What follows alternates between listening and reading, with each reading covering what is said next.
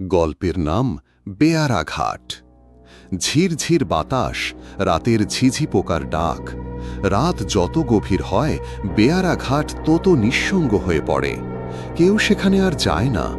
তবু মাঝে মধ্যে নদের ধারে দাঁড়িয়ে কার যেন কান্না শোনা যায়।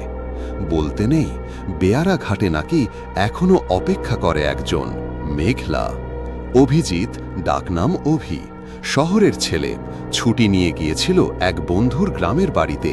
চাঁদপুর জেলার পাশে মেঘনার তীরে এক নির্জন গ্রাম।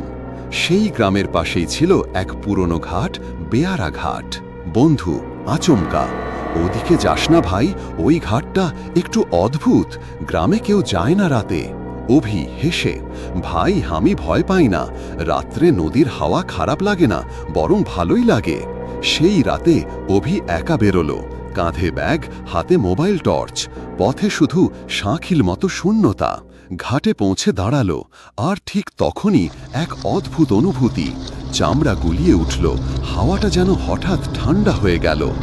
আবছা নারী কণ্ঠ দূরে, তুমি ফিরলে না কেন? অভি চমকে উঠে তাকায়, কিন্তু চারদিকে কেউ নেই, শুধু একটা বাতাস বইছে, আর নদীর ঢেউয়ের শব্দ যেন কান্না হয়ে উঠেছে। পরদিন সকালে অভি সেই ঘাটের গল্প জানতে চাইল গ্রামের এক বৃদ্ধার কাছ থেকে। বৃদ্ধা নিচু গলায়, বেয়ারা ঘাটে অনেক বছর আগে এক মেয়ে মারা গেছিল বাবা, মেঘলা নাম ছিল। বড় দুঃখের কাহিনী। মেঘলা গ্রামের এক সুশ্রী মেয়ে, প্রেমে পড়েছিল শহরের এক ছেলের সাথে, নাম ছিল রাহুল। ভেবেছিল বিয়ে করবে, কিন্তু রাহুলের জন্য সে শুধু খেলনা ছিল। একদিন রাহুল বলল সে আর আসবে না, চলে যাবে বিদেশে। মেঘলা, তুমি বলেছিলে নদীর ধারে অপেক্ষা করব, তুমি ফিরবে। তোমার কথা বিশ্বাস করেছিলাম, ভুল করেছিলাম তাই তো? সেই দিন বিকেলেই মেঘলা গিয়েছিল বেয়ারা ঘাটে, আর কখনো ফেরেনি।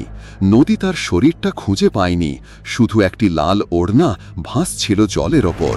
মেঘলার মৃত্যুর পর থেকে প্রতি পূর্ণিমার রাতে কেউ না কেউ শুনেছে সেই কান্না। একজন মেয়ের একা শুধুই কান্না। 3 দিন পর অভি আবার গেল সেই ঘাটে। এইবার এক অদ্ভুত আকর্ষণ তাকে টেনেছিল সেখানে। নারী কণ্ঠ ধীরে, মায়ায়, তুমি ফিরেছ?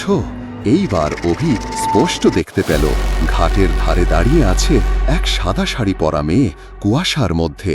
মেঘলা, তুমি ফিরেছ রাহুল, আমি জানতাম তুমি ফিরবে, আমি প্রতিদিন এসেছি এই ঘাটে।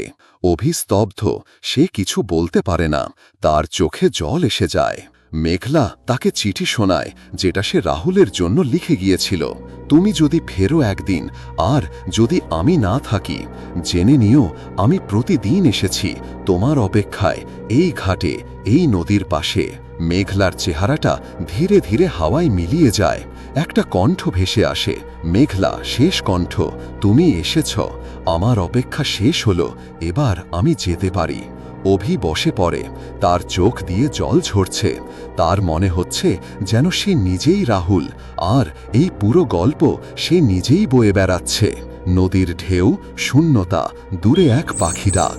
বেয়ারা ঘাট আজও নিঃসঙ্গ।